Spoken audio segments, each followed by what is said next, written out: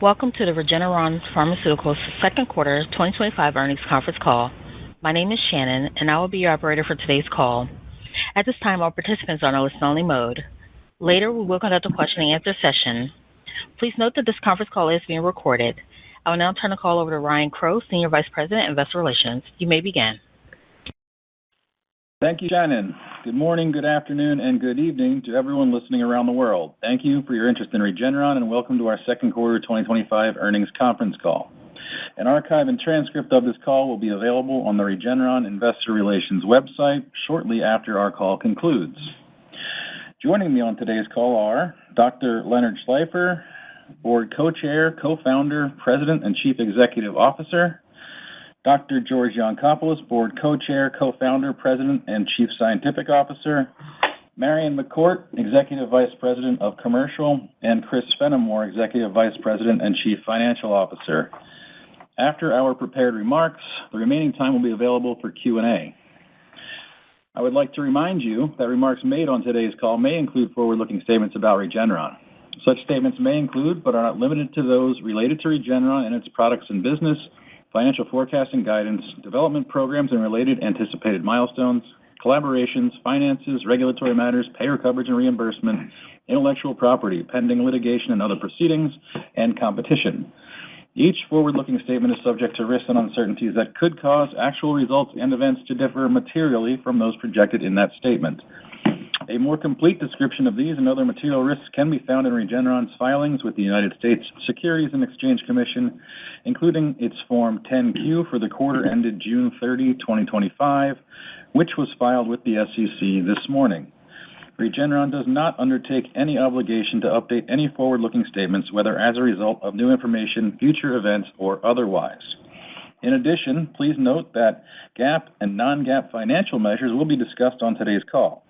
Information regarding our use of non-GAAP financial measures and a reconciliation of those measures to GAAP is available in our quarterly results press release and our corporate presentation, both of which can be found on the Regeneron Investor Relations website. Once our call concludes, the IR team will be available to answer any further questions.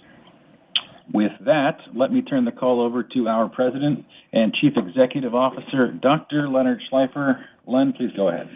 Thanks, Ryan. Thanks for you and everybody else who's joining today's call. For my remarks today, I will review some of our key performance drivers from the second quarter, then briefly discuss some pipeline advances we have made this year, and close with some comments on our capital allocation principles. I will then hand the call over to George, who will provide more details on our pipeline progress, while also highlighting some exciting emerging data from leading cohorts for our pivotal programs in myeloma and lymphoma. From there, Marion will review our commercial performance.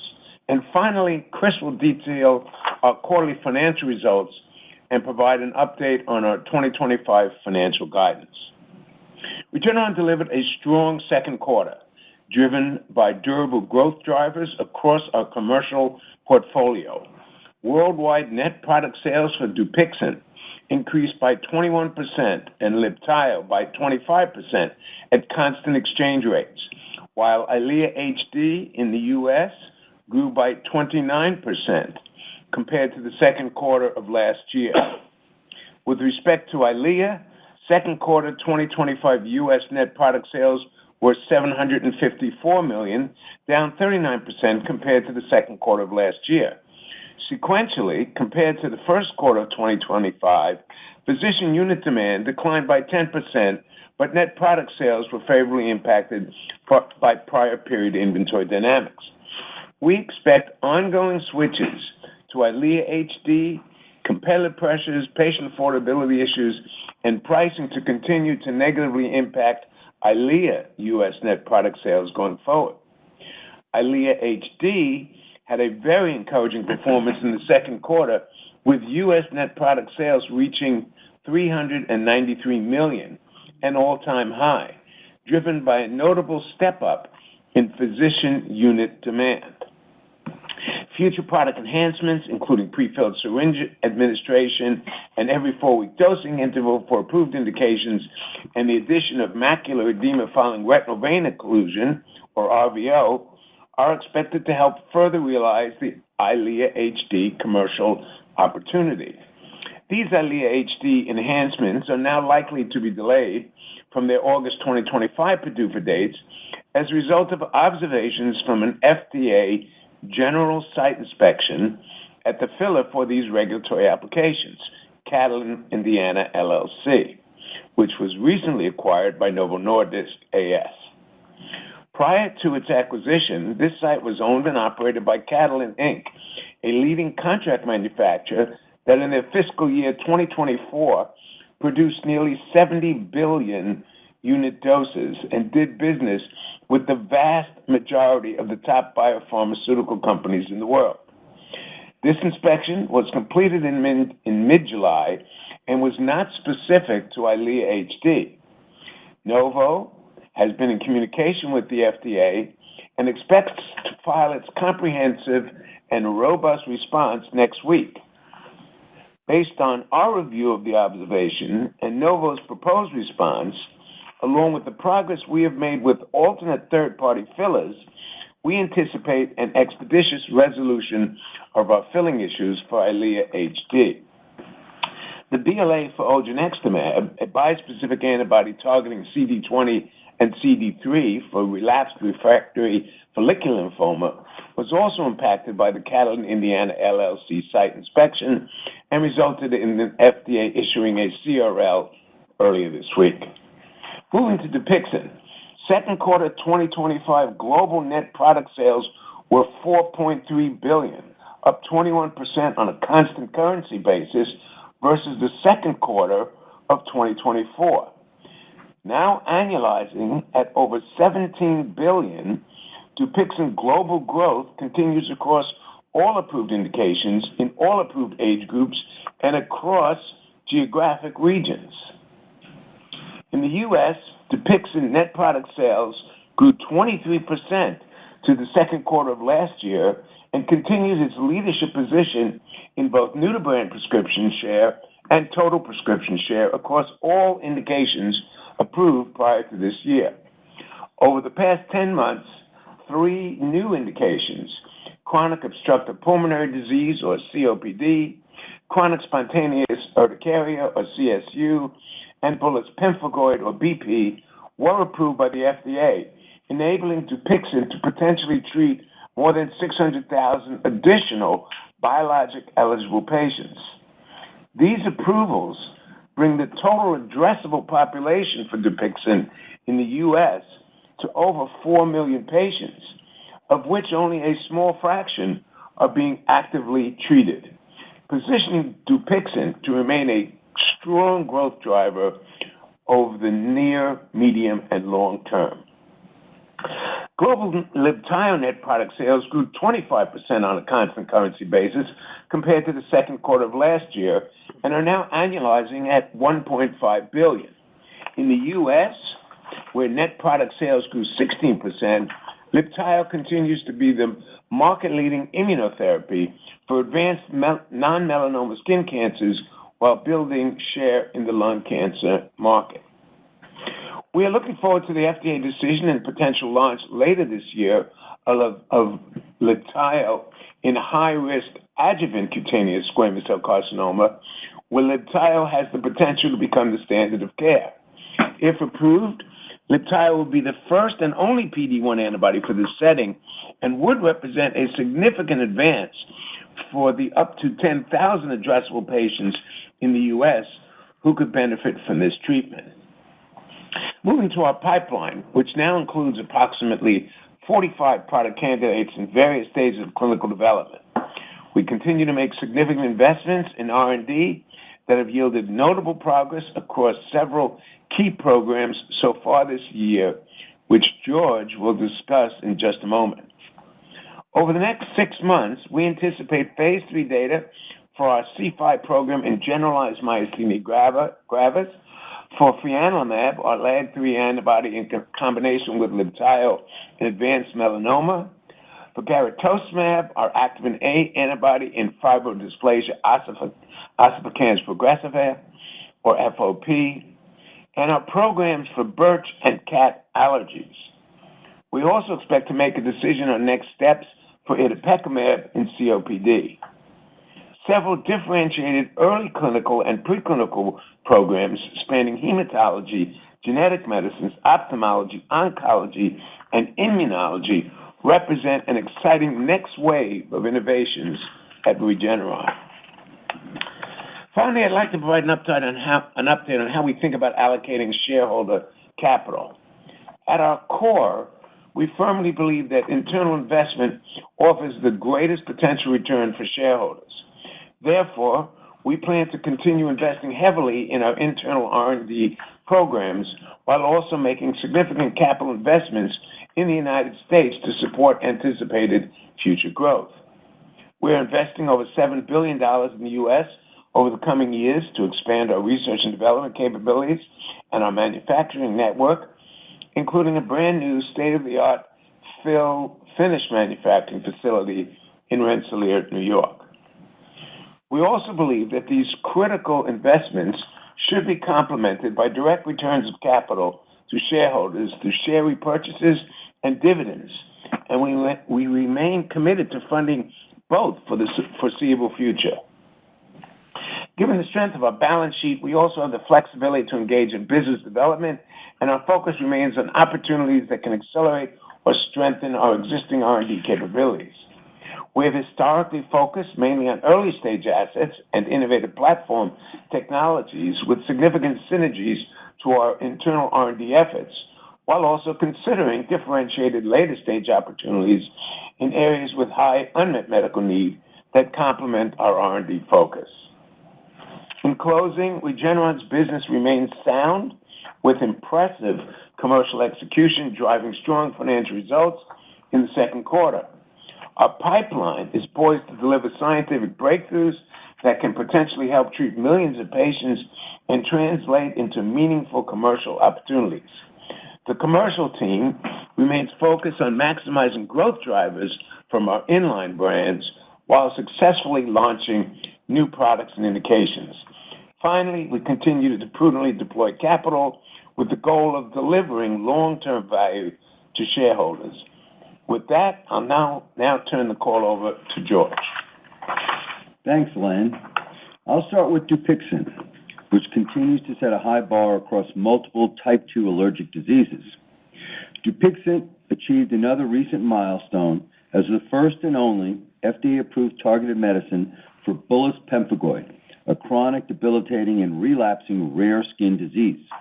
Dupixent is now approved in the United States to treat 8 distinct diseases driven by type 2 inflammation, including diseases affecting the skin, the gut, and respiratory system that can impact a broad range of patients, from infants to elderly individuals. And as Len highlighted, Dupixent is the leading biologic treatment in its first 6 approved indications. We also remain excited about the potential for Dupixent in the elimination and treatment of allergies, as well as a number of other approaches we are pursuing for allergies, such as our cat and bird-specific allergy programs, with updates on these programs expected later this year. As previously reported, itepekimab, our interleukin-33 antibody, evaluated for COPD in former smokers, regardless of eosinophil levels, met the primary endpoint in only 1 of 2 replicate studies. Together with Sanofi, we continue to evaluate the data to inform next steps for potential future COPD development. Itepekimab development continues in other respiratory diseases, most notably the ongoing phase 3 studies in chronic rhinosinusitis with nasal polyps, as well as phase 2 proof-of-concept studies in less validated clinical settings. Turning to our oncology efforts. In high-risk adjuvant CSCC, where Libtayo became the first immunotherapy to demonstrate a benefit where others had failed, the FDA accepted our supplemental BLA with priority review and assigned a PDUFA date in October of this year. This data set presented earlier this year at ASCO and published in the New England Journal of Medicine, reinforces our belief that Libtayo provides a best-in-class foundation for combination therapies with our other oncology assets.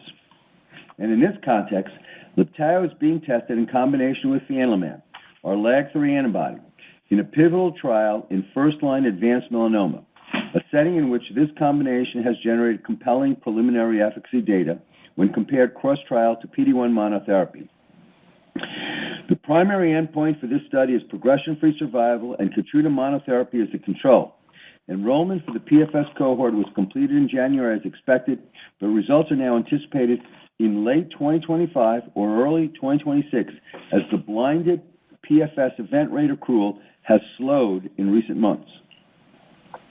Turning to our CD3 bispecifics, Linvoseltamab, our BCMA by CD3 bispecific, has now been approved in the United States for relapsed refractory multiple myeloma.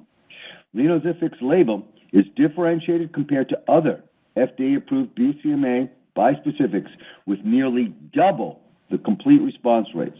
Linvoseltamab's label also includes a more favorable profile for cytokine release syndrome, shorter required hospitalization periods, and a more convenient dosing regimen, with longer intervals between doses for those patients that achieve at least very good partial responses after 24 weeks on therapy. More broadly, we believe Linvoseltamab has the potential to become the backbone for therapeutic approaches across the myeloma treatment landscape. That is, from pre-malignant settings through advanced disease, using both monotherapy and limited novel combination approaches. I've already summarized how Linvoseltamab may have best-in-class activity in the most advanced myeloma patients where it was recently approved. Moving to the pre-malignant settings, starting with high-risk smoldering myeloma. In an initial cohort of 19 evaluable patients with Linvoseltamab monotherapy, we observed a 100% overall response rate with a favorable safety profile. Among the first 6 patients achieving 1 year of follow-up, 5 were in complete response, and all 6 were MRD negative. In this regard, and recognizing the limitations of cross-trial comparisons, Darzalex was recently approved in the EU as a monotherapy with a complete response rate of only 8.8% in a similar setting. Based on this early data in high-risk smoldering myeloma patients, which suggests that Linvoseltamab could prevent progression to malignant disease, we plan to initiate a phase 3 head-to-head study against Darzalex in the fourth quarter. In another pre-malignant plasma cell disorder, light chain amyloidosis, exploratory data with Linvoseltamab monotherapy showed that the average light chain levels were normalized by 2 weeks in the first 11 treated patients, all of whom had failed prior therapies. For context, while noting the limitations of cross-trial comparisons, patients taking a 4-drug combination standard of care containing Darzalex as one of the 4 components in previously untreated light chain amyloidosis, it took more than 5 months for patients to approach without achieving normalization. Now moving to the second-line multiple myeloma setting for patients who have failed or progressed after the initial triplet or quadruplet regimen, usually containing Darzalex and 2 and 3 other agents. We presented data at ASCO earlier this year showing that Linvoseltamab combined with carfilzomib showed strong responses in relapsed or refractory myeloma patients, demonstrating a 90% response rate and a 76% complete response rate. We think this novel doublet regimen could potentially offer an important new treatment option for second-line patients who have failed their CD38-containing frontline regimens, and anticipate initiating a registrational randomized phase 3 trial in the fourth quarter of this year to evaluate the Linvoseltamab carfilzomib doublet against standard of care in the second-line setting. Importantly, across all of these settings, no new or unexpected safety signals have emerged for Linvoseltamab.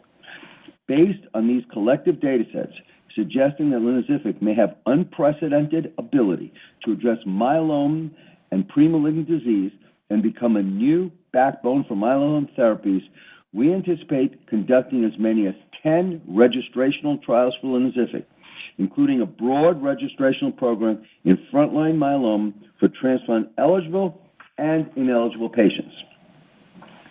On to odronextamab, our CD20 by CD3 bispecific, which, once again, as with linvoseltamab, we are looking to advance odronextamab into earlier lymphoma settings, and enrollment in these trials is proceeding expeditiously. In first-line follicular lymphoma, the Phase 3 Olympia odronextamab monotherapy study has already completed enrollment. As previously reported, in an FDA-mandated lead-in cohort, odronextamab monotherapy demonstrated an encouraging 100% complete response rate in the first 12 evaluable patients with a favorable safety profile. For reference, standard of care rituximab plus CHOP and rituximab plus lenalidomide are reported to demonstrate complete responses of approximately 65% on average in these populations. In addition to the potential improved rate of complete responses, we believe a monotherapy chemo-free approach could also provide a favorable safety profile in comparison to these other chemo-based regimens. In first-line diffuse large B-cell lymphoma, the Phase 3 Olympia 3 study comparing odronextamab plus CHOP, or OCHOP, to rituximab plus CHOP, the current standard of care, has completed enrollment in the FDA-mandated lead-in cohorts. In the first 13 patients treated at the intended odronextamab dose, OCHOP demonstrated once again a 100% complete response rate with a favorable safety profile. For reference, R-CHOP in first-line DLBCL has historically demonstrated a complete response rate of about 75% in this setting. Both linvoseltamab and odronextamab represent potential significant treatment advances in their respective disease areas, and we look forward to rapidly advancing these programs. We plan to present or publish many of these early data sets over the coming months. Turning now to thrombosis, our Factor XI program continues to advance rapidly. The first pivotal study in postoperative venous thromboembolism following total knee replacement surgery, evaluating our Factor XI catalytic domain antibody versus apixaban and enoxaparin, has begun enrollment. We anticipate data from this short-duration study in 2027, which could support a fast-to-market regulatory pathway. Additional pivotal studies in thrombosis indications are set to launch by year-end, with more pivotal study starts expected early next year. Moving now to our obesity efforts. Our recently in-licensed GLP-1 GIP receptor agonist positions us well to expand into the growing obesity market. Regeneron has multiple opportunities in this large and growing therapeutic area, including GLP-1 GIP receptor agonist monotherapy, a longer-acting agent in preclinical development, as well as approaches to enhance the quality of GLP-1-based weight loss through combination therapies with lean mass-sparing agents. We also see an opportunity to address common obesity comorbidities with novel combinations. Results from our ongoing Phase 2 COURAGE study, which is evaluating the combination of trevogrumab, a myostatin antibody, with or without garetosmab, an activin A antibody, and semaglutide, confirm the potential to enhance GLP-1-mediated weight loss while preserving lean mass. At the interim analysis, our trial confirmed that approximately 35% of semaglutide-induced weight loss was due to lean mass loss, an average loss of 7 to 8 pounds of lean mass per patient, once again highlighting a well-documented concern associated with this therapeutic class. Combining semaglutide with our muscle-preserving antibodies reduced lean mass loss by 50 to 80%, while also increasing fat mass loss at the 26-week time point. The combination of semaglutide with trevogrumab was generally well tolerated. The triplet combination of semaglutide with both antibodies had a higher rate of discontinuations due to tolerability issues and other adverse events, consistent with the safety profile previously observed with garetosmab monotherapy in other disease settings. Emerging data from across this class further validates our approach in this area. Final 26-week efficacy and safety results were consistent with the interim data and will be presented in the late-breaking session at the 61st annual meeting of the European Association for the Study of Diabetes in September of 2025. Concluding with our Regeneron genetic medicines pipeline, our C5 siRNA and antibody combination has shown robust efficacy in patients with paroxysmal nocturnal hemoglobinuria, or PNH. These data in PNH support our confidence in this regimen's potential to improve outcomes and reduce treatment burden in generalized myasthenia gravis, where pivotal results from an ongoing phase 3 study are expected in the third quarter. This study will provide insights into the activity of both the C5 siRNA monotherapy and C5 siRNA antibody combinations. Our ongoing phase 3 studies in geographic atrophy and PNH, as well as preclinical efforts in this space, further underscore our commitment to advancing this program. In addition, we also continue to advance our genetic medicines programs in MASH, neurodegenerative disorders, and hearing loss, and expect to provide updates over the next few months. In summary, Regeneron continues to lead in scientific innovation, delivering results that redefine possibilities in medicine. Our R&D expertise has enabled us to build one of the most dynamic and promising pipelines in the industry, and we look forward to several important milestones in the coming months. With that, let me turn it over to Marion. Thank you, George. Our second quarter performance highlights the strength and resiliency of Regeneron's commercial portfolio, demonstrating our ability to deliver important medicines to patients. We are well positioned to drive growth, fully realizing the potential of our leading brands and capitalizing on emerging opportunities. Recent launches include Linvoseltamab, our first hematology product in the U.S., as well as 2 Dupixent dermatology launches in chronic spontaneous urticaria and bullous pemphigoid, further expanding its therapeutic reach. Our robust pipeline also provides substantial opportunities to bring transformative treatments to even more patients. Starting with EYLEA HD and EYLEA, in the second quarter, total combined U.S. net sales were $1.15 billion, maintaining our leading position in the anti-VEGF category. Notably, EYLEA HD U.S. net sales grew to $393 million, driven by strong unit demand, which increased 16% sequentially, making EYLEA HD the fastest-growing innovative brand in the category. EYLEA HD has a solid foundation for future growth and now contributes 1/3 of total combined U.S. net sales of our retina products. Looking ahead, we expect stable demand until potential inflection pending FDA approval of enhancement to EYLEA HD's profile. EYLEA's second quarter U.S. net sales were $754 million, reflecting competitive dynamics from both branded and biosimilar competition, as well as the ongoing conversion of patients to EYLEA HD. EYLEA unit demand declined 10% sequentially, and we anticipate comparable demand decline in the second half of the year. Retina practices continue to report a negative impact on the branded anti-VEGF category due to ongoing funding gaps at not-for-profit patient assistance foundations that provide copay support for eligible patients with retina diseases. Next to Dupixent. In the second quarter, global net sales were $4.3 billion and grew 21% on a constant currency basis compared to the prior year. This growth was driven by broad demand across existing and recently launched indications, geographies, and age groups. In the U.S., Dupixent net sales were $3.2 billion, representing 23% year-over-year growth and continuing Dupixent's strong performance and market-leading position. Dupixent is a leader in new-to-brand and total prescriptions for 7 of its 8 FDA-approved indications, with our recently launched CSU indication being the only exception. In atopic dermatitis, Dupixent continues to strengthen its position as a standard of care. Competitor promotional spend has further accelerated overall market growth, and Dupixent remains the primary beneficiary of this expansion. Recent launches in chronic spontaneous urticaria and bullous pemphigoid are off to a fast start. The CSU launch has gained significant traction with both dermatologists and allergists who are actively prescribing Dupixent and embracing it as a trusted and effective treatment option. The BP launch in late June has also provided another opportunity for Dupixent as the first and only FDA-approved treatment for this debilitating disease. Early launch indicators have been positive, with Dupixent as a critical therapeutic option for this previously underserved patient population. Dupixent's respiratory indications, including COPD, asthma, and nasal polyps, continue to drive growth. The COPD launch is progressing very well with rapid physician uptake.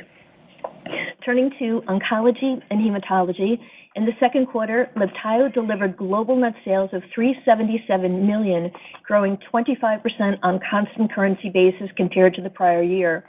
In the U.S., Libtayo net sales grew 36% year-over-year to $248 million, driven by growth across the non-melanoma skin and lung cancer indications. The quarter was also favorably impacted by the timing of customer shipments by approximately $20 million, which we expect to adversely impact third quarter U.S. net product sales. We continue to see robust demand and market leadership Libtayo in non-melanoma skin cancer. We're encouraged by strong key opinion leader interest in the clinical results for our adjuvant CSCC program. Regulatory applications were recently accepted in both the U.S. and EU, and preparations are underway for a potential launch in the U.S. later this year and in Europe in 2026. If approved, Libtayo has the potential to help more than 10,000 patients in the U.S. and EU in this setting. In lung cancer, Libtayo is steadily increasing new patient share in the U.S., with more physicians prescribing Libtayo as a preferred treatment option for their patients and solidifying its position as the number 2 most prescribed IO treatment in newly diagnosed patients. Outside the U.S., Libtayo net sales reached $129 million, growing 8% year-over-year on a constant currency basis, supported by ongoing launches and sustained demand in international markets. Now to Linvoseltamab, which was FDA approved in July in relapsed refractory multiple myeloma, marking a significant milestone for Regeneron. Since then, we've made early launch progress. Importantly, Linvoseltamab was already added to the NCCN treatment guidelines as a preferred product, on par with other bispecifics in its class. Key opinion leaders recognize Linvoseltamab's potential to be best-in-class BCMA bispecific based on its impressive clinical efficacy, safety, and convenient response-adapted dosing. At this stage, we expect modest revenue contributions in the second half of 2025, as physicians must satisfy REMS requirements before administering Linvoseltamab, and formulary and pathway decisions need to be made. As George highlighted, Regeneron is advancing Linvoseltamab into earlier lines of therapy through our differentiated development program, aiming to establish Linvoseltamab as a leading agent in the rapidly growing $30 billion market for multiple myeloma and precursor conditions. In summary, the quarter has been defined by growth across EYLEA HD, Dupixent, and Libtayo, as well as important progress in several launches, including Linvoseltamab.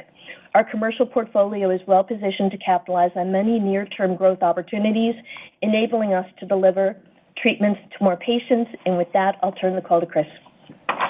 Thank you, Marion. My comments today on Regeneron's financial results and outlook will be on a non-GAAP basis unless otherwise noted. Regeneron's second quarter results demonstrate the strength of our commercial portfolio, which enables us to continue investing in our robust pipeline and returning capital to shareholders. Second quarter 2025 total revenues of $3.7 billion grew 4% compared to the prior year, reflecting higher Sanofi collaboration revenue, primarily driven by Dupixent, higher U.S. net sales of EYLEA HD, and growth in global net sales of Libtayo. Second quarter diluted net income per share grew 12% from the prior year to $12.89 on net income of $1.4 billion. Beginning with the Sanofi collaboration, revenues were approximately $1.4 billion, of which $1.3 billion related to our share of collaboration profits. Regeneron's share of profits grew 30% versus the prior year, driven by volume growth through Dupixent and improving collaboration margins. The Sanofi development balance was approximately $1.2 billion at the end of the second quarter, reflecting a reduction of approximately $430 million since the start of the year. We continue to expect the balance to be fully reimbursed by the end of the year. Moving to Bayer. Second quarter net sales of EYLEA and EYLEA 8 mg outside the U.S. were $978 million, up 4% versus the prior year on a constant currency basis, and inclusive of $242 million of EYLEA 8 mg sales. Total Bayer collaboration revenue grew 11% to $415 million, of which $383 million related to our share of net profits outside the U.S. Other revenue in the second quarter was $184 million. This included $118 million of profit share and royalties associated with license agreements, which were up 70% from the prior year. This increase was driven by growth in our share of profits from Arcalyst and higher royalty income from Alaris. Now to our operating expenses. R&D expense was $1.3 billion in the second quarter, reflecting continued investments to support Regeneron's innovative mid to late-stage pipeline, including our obesity, hematology, and thrombosis efforts. Second quarter SG&A was $542 million, down 19% from the prior year. The decline was driven by lower general and administrative expenses. Second quarter 2025 gross margin on net product sales was 86%. The lower gross margin versus the prior year reflects ongoing investments to support our manufacturing operations and higher inventory write-offs in the second quarter of 2025. Our effective tax rate in the second quarter was 8.3%, inclusive of a favorable settlement of an IRS audit, which lowered our tax rate by approximately 4 percentage points.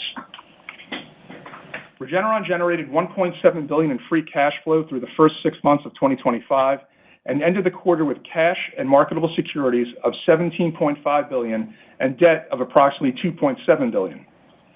We repurchased approximately $1.1 billion worth of our shares in the second quarter and approximately $2.2 billion so far in 2025, resulting in a net reduction in our common shares outstanding of 3.2 million shares from the end of 2024.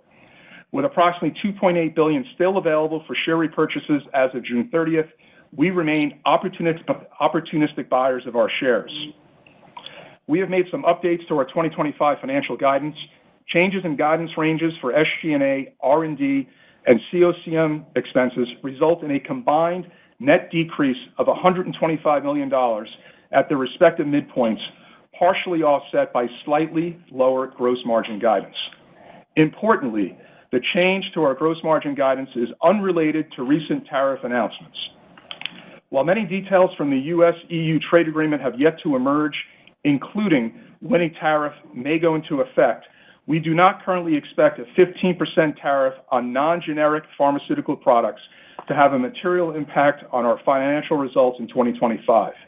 As we gain clarity on important details from the trade agreement and other potential tariffs, we will be in a better position to evaluate the financial impact of tariffs in 2026 and over the longer term. Finally, while we are continuing to evaluate the impact of recently enacted tax legislation, we currently anticipated limited impact to our effective tax rate in the long term and continue to expect this rate to trend towards the mid-teens over time. A full summary of our latest guidance can be found in our press release issued earlier this morning. In conclusion, Regeneron's second quarter results demonstrate the strength of our business and enable us to continue to invest in our differentiated pipeline to deliver breakthroughs for patients and long-term value for shareholders. With that, I'll pass the call back to Ryan. Thank you, Chris. Before we move to Q&A, I just wanted to make one correction on a remark that Chris made. We anticipate fully reimbursing the Sanofi development balance by the end of 2026, not this year, end of 2026. With that, let's move to Q&A. To ensure we're able to address as many questions as possible, we will answer one question from each caller before moving to the next. Shannon, can we go to the first question, please? Thank you. To ask a question, please press star 11 on your telephone and wait for your name to be announced. To withdraw your question, please press star 11 again. Our first question comes from the line of Tim Anderson with Bank of America. Your line is now open. Thanks so much. Good Q2 results, but I have a policy question that's on MFN and the 17 letters that were sent out. 3 of those letters had the CEO names crossed out, replaced with first names that were kind of penciled over. That was Lilly, Pfizer, and Regeneron, and it makes me wonder, is there a closer relationship between those CEOs and Trump? I know Lilly and Pfizer have been to Mar-a-Lago a lot to influence policy, so my question is, Len, have you been down there frequently as well? I ask because a common assumption is that MFN might play out through a CMMI demo project. EYLEA is a big Part B drug. Could that get wrapped into it or not because there's a biosimilar? So perhaps you have some visibility. Any perspective on any of this would be appreciated. Yeah, thanks. I've not been down there frequently. I think the president probably knows Regeneron and my first name, given that it was Regeneron's cocktail for COVID that may have saved his life. Beyond that, I don't have any great insights to the policies. I have been, and the company has been outspoken that we agree with the president that the Europeans are not paying their fair share of innovation, and some way that needs to change. It's complicated, and it does have to be done at a trade and policy level because it can't be done at an individual company level. It's very difficult, but we certainly agree that it's not right that American consumers should not be paying for all of the innovation. The solution is simply not to lower prices in the U.S.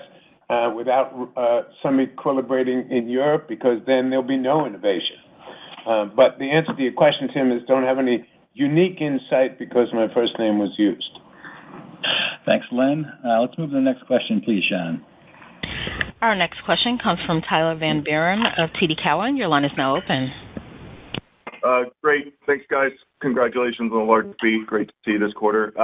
So there's a great quarter-over-quarter rebound in EYLEA HD, so curious to hear what you would attribute that to. And regarding the Catalent site inspection issue, can you provide additional color on the nature of the issue and if there's precedent for how long it might take to resolve it or how long the potential HD approvals will be pushed back by? I'll let Marion get into more details about what was driving the quarter for HD. As terms of Catalent, we really need to direct those calls to Novo. What we can say in a broad sense that these were not structural changes that are being requested by the FDA. It's not like they have to rebuild something or something of that. They're mainly process, procedural, those sorts of a thing. As we said in our remarks, we do think that they'll provide a robust response. Novo's CEO wrote directly to the FDA and said they're going to elevate all this to the standards of Novo. I believe that we may not be the only PDUFA that's ensnared because they do, as I said, they do work for virtually all the biopharmaceutical companies. Catalent filled in its fiscal year 24 something like 70 or 80 billion unit doses. So I think that this has a good chance of being done expeditiously, but more specifically than that, it's a little early. When we know a little more, we'll get that information out to you. Turn it over to Marion to comment on driving of the sales for HD. Thanks, Len. And Tyler, just going back to the numbers, as you were kind of sharing, the demand growth in the quarter was impressive. It was a 16% increase, which resulted in our achieving the $393 million in net sales for EYLEA HD in the quarter. We would attribute it to, frankly, physicians' appreciation for the product profile that EYLEA HD provides, the clinical efficacy, the safety that we've talked about repeatedly, and then also the durability that allows patients to have longer periods of time between dosing, and the experience with the product has been very, very favorable. As I summarized, when we do get those label enhancements, we'll be able to even have more of a trajectory of growth and demand, but certainly very solid performance, and I would attribute it to the product profile and our excellent commercial team. Thank you, Len and Marion. Let's move to the next question, please, Shannon. Our next question comes from the line of Chris Schott of J.P. Morgan. Your line is now open. Great. Thanks so much. Just a couple more EYLEA ones as well. Just on the PDUFAs, beyond the manufacturing dynamics, is there anything else pending with these three filings based on your discussion with FDA, or are you otherwise confident that once the manufacturing is addressed, we'll be seeing approvals here? And just the second part on EYLEA, just can you talk a little bit about the branded share erosion you're seeing in the category to Avastin? Is that starting to stabilize at all, and how quickly do you expect to recapture some of that lost share once the affordability issues have been addressed? Thank you. Yeah, so I'll comment on the PDUFAs, and Marion can comment a little bit on the share issues. As far as the PDUFAs go, based on our discussions, we believe that there's nothing significant left to be done. Obviously, some details, but we are expecting once the resolution of the filling issues has occurred, to receive favorable action, we hope, from the FDA. And then on overall, branded dynamic and overall performance, I'll share that if you look at total Regeneron EYLEA HD and EYLEA category share, branded share in the quarter was just over 60%. If you look then at growth and what happened in the overall category, anti-VEGF overall category volume did grow, but the branded anti-VEGF category volume actually decreased by 1.2%, and that would be attributed primarily to the uptick in Avastin based on affordability issues. I don't have lens into what potentially will happen in the future. All right, let's move to the next question, please, Shannon.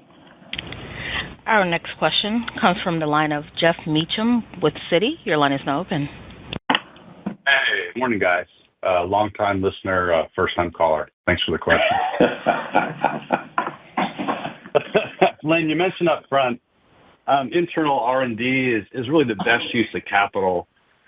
You got 45 assets already in development. So, what's the ROI calculus on, how you guys are prioritizing? I wasn't sure if, out-licensing non-core assets is reasonable, especially given, the innovation is a premium now. Thank you. Jeff, it is for a first-time call. It's a good question. I think we certainly have a broad and big pipeline. We have discussed whether or not, on occasion, it makes sense to turn over some of those assets. We've done that with our IL-1 blocker and seen pretty good results from our partner who has driven results in pericarditis, which is going very well.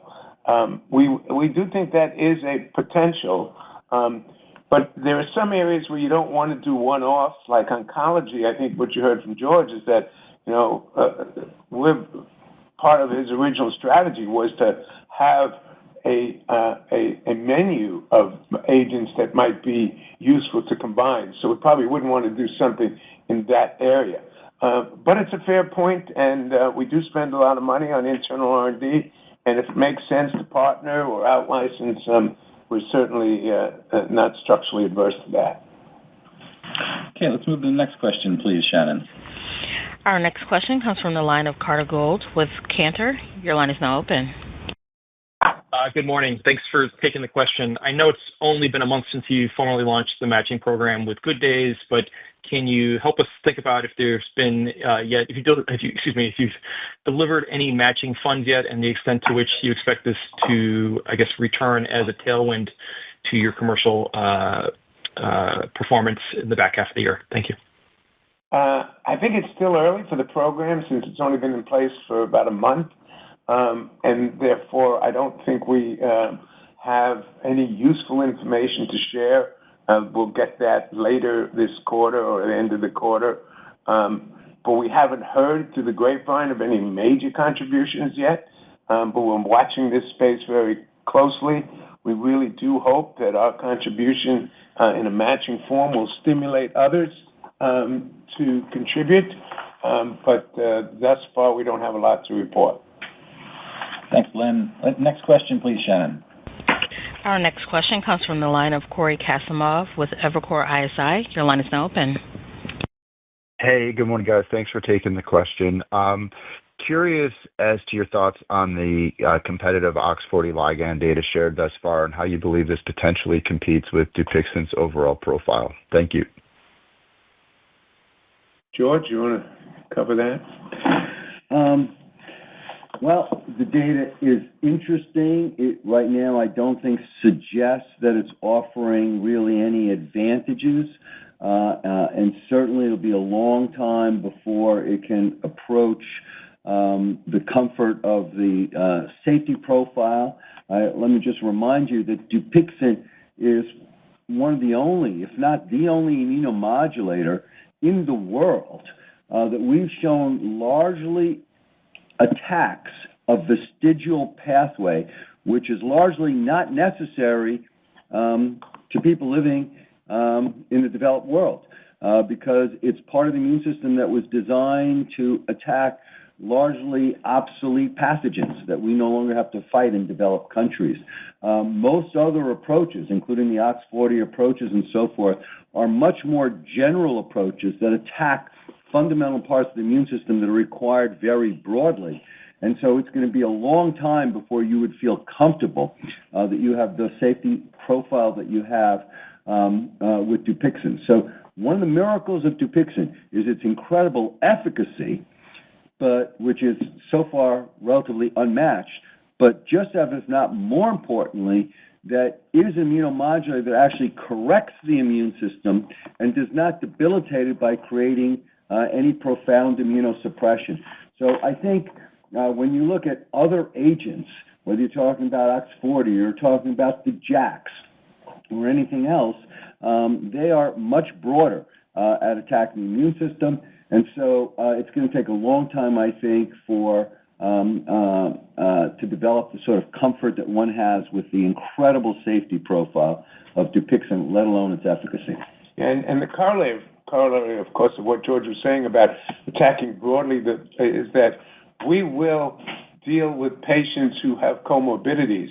And we can do that in a way that I don't think any other agent has suggested that we'll be able to do. There's so many people who have asthma with atopic dermatitis, or asthma with nasal polyps, or asthma with eosinophilic esophagitis, and so on. And so that fundamental mechanism of attacking this type 2 pathway that George was referring to gives us this commercial advantage as well, because it attacks so many common diseases that many people have. And doctors also don't need to get familiar with many different drugs in this allergy spectrum when one like Dupixent can cut across so many. Next question. Shannon, let's go to the next caller, please. Our next question comes from the line of Evan Seigerman with BMO Capital Markets. Your line is now open. Hi, guys. Thank you so much for taking my question. I want to touch on some thoughts around MFN. So with some of your key products marketed outside of the United States by partners, specifically European partners, what mechanisms or abilities do you have to impact pricing OUS? Is there anything you can really do to force a higher price from a partner? Yeah, it's a great question. I think that's one of the issues, and that new contracts will probably, since this is going to apply mainly to new drugs, according to the letter, the Dear Len letter, as it's being known in the industry now, the Dear Len letter suggested that you have to do this on new products, not on old products, and that one of the reasons may be because of that complication. I suspect a lot of new contracts will have to deal with the contingency of what happens if you license something to Europe. But Evan, it's really a great question because, for example, we don't control the pricing of EYLEA outside the United States. That's controlled by Bayer. So these are some of the wrinkles that are going to have to be figured out. Thanks for pointing that out. Let's go to the next question, please, Shannon. Our next question comes from the line of Akash Tewari with Jefferies. Your line is now open. Hey, thanks so much. On Pavblu, we were internally expecting to see the ASP decline to kind of reflect Amgen's volume-based discounts, and we felt like that would then in turn drop physician demand like we've seen with Cimrelli. Interestingly, the ASP actually hasn't declined that much, suggesting Amgen may be offering deferred discounts. So for the Regeneron team, how does the prolonged run rate for Pavblu impact your outlook for EYLEA? You mentioned continued declines. And number two, are there any options you're exploring here to combat this strategy? Thank you. Yeah. I don't want to get into practices that might be, some might deem inappropriate in terms of deferring of rebates, but that's something we're sort of looking into, as whether that is driving some of their success. At the end of the day, you have a product that globally is probably had something like 100 million injections. It's not just the product, but it's also the purity of how you make it and how doctors trust it and so on and so forth. But Pavblu is a competitor, and we're out there. We think that HD is the real answer to that. And as many people as get experience with it, we think that's going to be a much preferred drug than EYLEA or Pavblu. Okay, let's move to the next question, please, Shannon. Our next question comes from the line of Terrence Flynn of Morgan Stanley. Your line is now open. Great. Thanks for taking the question. You mentioned in the fianlimab first-line melanoma study that the event rate is slowing. So just wondering if you could speculate on reasons there and just speak to your confidence level in showing a positive readout here and remind us what the efficacy bar is that you're looking for and hoping to show. Thank you. Well, I think that you can make a lot of speculations on what it means when you have less events than you might have planned or powered for. That said, what we're powering for is having minimally the sort of effect that the competitors have shown, of course with room to show perhaps even a better effect. And as we said, because of the slowing of the event rates, it has now delayed when we're going to get these results. This is why you do a blinded study. We've looked at, hundreds of studies over the years. We have engaged in speculations. George probably has the most insight of anybody, but the bottom line is you just have to wait till the unblinding. Move to the next question, please, Shannon. Our next question comes from the line of Dave Risinger of Leerink Partners. Your line is now open. Yes, thanks very much, and thanks for all the updates. So I guess my question is for Len and George. So there's a tremendous disconnect between Regeneron management's view of its pipeline and Wall Street's views. I think that the company's spending about $5 billion a year on R&D, and 2032 consensus pipeline estimates are about $3.5 billion. So maybe you could share some light on the event path ahead for Regeneron to shine better light on the commercial value of its pipeline. Thank you. Sure. David, thanks for your question. It's a fair question. I think I would say two things before turning it over to George. First, I would say that history frequently is a good indicator. Our research organization has produced two of the most important drugs in the history of the industry, including EYLEA and Dupixent. And I think that that's the first thing I would say. The second thing I would say is that you should perhaps listen very carefully, and maybe George can reiterate some of what he said on the call today about, just as an example of one area of our pipeline, which was really new and exciting.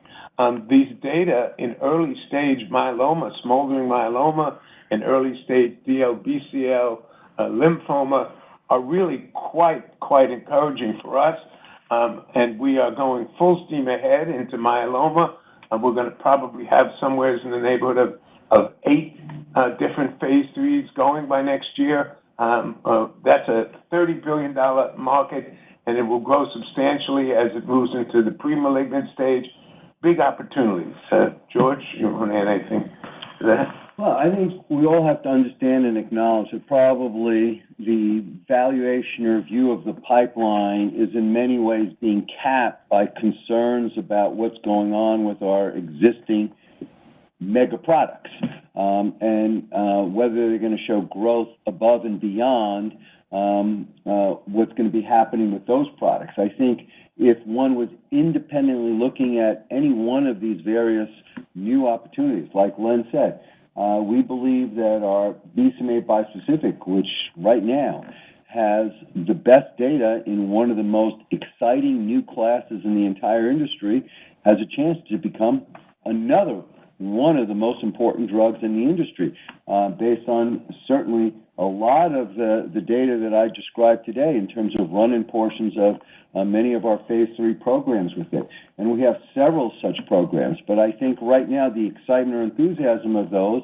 is always being, limited by people wanting to know, well, what's going to happen with EYLEA and so forth. So I think that our pipeline would be viewed very differently if it was viewed in isolation, because of the incredible potential and opportunities. And as Len said, one of the best predictors of whether people can really do something important is whether they've repeatedly done that in the past.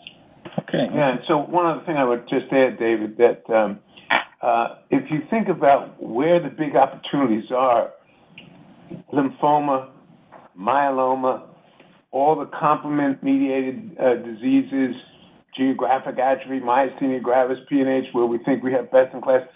Throw on top of that all of the thrombotic diseases with our 2 different offerings in that. We've got a lot to do, but we've got a lot of exciting things.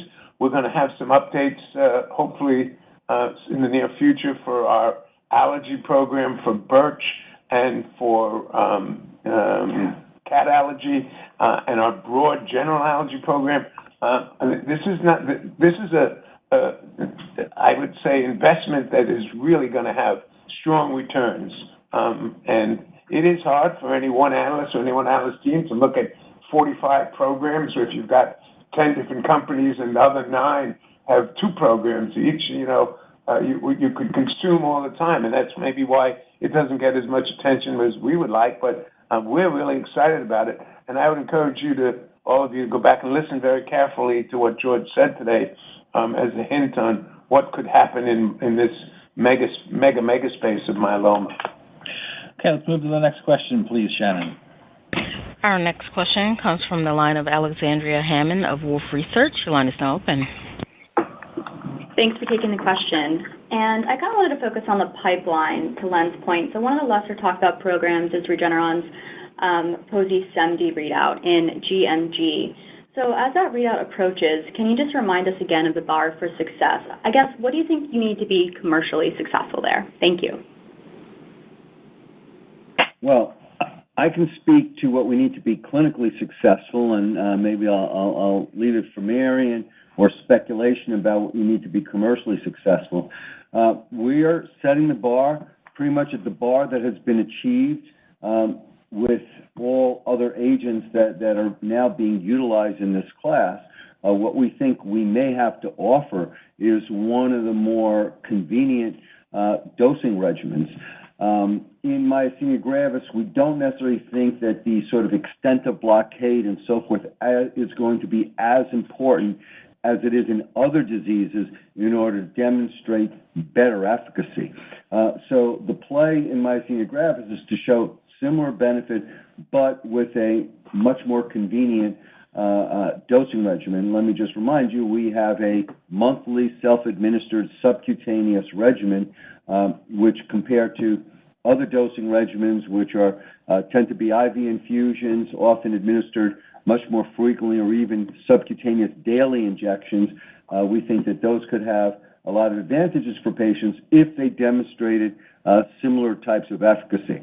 But the approach also can better control complement activity, and in several other diseases that we're exploring, we think that can translate to actually an efficacy improvement as well. And I would add to that, to George's comments, that this is a large indication. There's a lot of unmet need. And then on top of that, if we're able to have a differentiated product that offers the conveniences that George has mentioned, that will be very, very important. Any additional efficacy benefit is always meaningful. And, to this point, the safety profile looks very good. So we look forward to participating in this market. We have time for 2 more questions, please, Shannon. Our next question comes from the line of Brian Abrahams with RBC Capital Markets. Your line is now open. Hey, good morning. Thanks for taking my question, and congrats on the quarter. On itepekimab, just wondering if you had any new insights on why the AERIFY-2 study didn't hit its primary endpoint and the feasibility of mitigating that in future studies, and then maybe any potential adjustments you may consider to the ongoing studies in other indications. Thanks. Yeah, that's a great question. I mean, it's interesting that, of course, we just saw 2 studies from a competitor that, in general, on average, had lower efficacy than we saw, but the 2 studies were quite similar in what the 2 studies showed. In contrast to what we saw, let me remind you, our 2 studies looked quite similar at the 6-month time point, and one of the studies just turned south at that point. We've been looking at it, trying to figure it out. We have some ideas. Of course, one of the major factors was the study was primarily carried out during a very unusual time in the world for clinical trials and the height of the pandemic and so forth. And there was a lot of things that happened at that time. The rates of exacerbations dropped precipitously because people avoided going outside, and therefore there were less exacerbations as noted worldwide, let alone in the study and so forth. There was a lot of other associated events. And so we are trying to figure it out, and as we said, we're discussing how to go forward and the possibility of carrying out an additional phase 3. Thanks, George. Shannon, last question, please. Our last question comes from the line of Salveen Richter with Goldman Sachs. Your line is now open. Good morning. Thanks for taking my question. With regard to business development, you spoke to the flexibility today and the fact that you're considering differentiated later-stage opportunities in areas with high unmet need. Can you just help us understand how you think about that in the context of your overall business? Yeah, we spend a lot of time looking at a lot of things. And one of the metrics that we're developing, which we hope maybe some analysts will adopt, and investors might adopt, is combining the money spent by a company in research and development and acquiring research and development through a variety of deals, transactions, acquisitions, licensing, milestones, and so forth. And I think you might find out that you might be surprised that we don't spend that much more, perhaps, on overall acquisition of products through research. We just spend more of it internally because our research efforts are so productive. But once again, we want the best stuff for patients, and so we go outside and look and look and look, and occasionally we do find stuff, and if we have to do it, we have a lot of flexibility to do it, Salveen. But we don't, to us, it's not our lifeline like it is for so many companies, and even though people think it's their lifeline, I think more often they're pulling on threads, and it's not really pulling them up anywhere because it's very hard to be successful buying things from the outside where you really don't know all the nitty-gritty warts and so forth. But having said all that, every day we approach it with an open mind and look at tons of stuff. Okay, thank you, Len, and thanks to everyone who joined today's call and for your interest in Regeneron. We apologize to those that are remaining in the Q&A queue. We simply ran out of time and did not have a chance to hear from you today. But as always, the investor relations team is available to answer any remaining questions you may have. Thank you once again, and have a great day and a great weekend.